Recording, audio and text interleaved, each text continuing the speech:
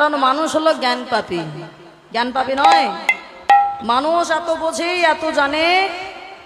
আজকে একটা কথা আপনাদের না বললেই নয়, আমাদের সনাতন ধর্মের মানুষ এতদিনে, আমরা যে সনাতন মানুষ এতদিন আমরা বলতে পারছি বাবা, হ্যাঁ এতদিনে যে আমরা সনাতনী এটা আমরা বলতে পারছি। তবে একটা কথা বলবো মা, আমরা হিন্দুরা সব ঠিকঠাক হলো, একটা জিনিস আমাদের এখনো কিছু কিছু জায়গা ভীষণ ভুল আছে। হিন্দুদের ভিতরে আসলে ঐক্যবদ্ধতা নেই, যার জন্য এতটা প্রবলেম। হ্যাঁ ঐক্যবদ্ধতা আছে।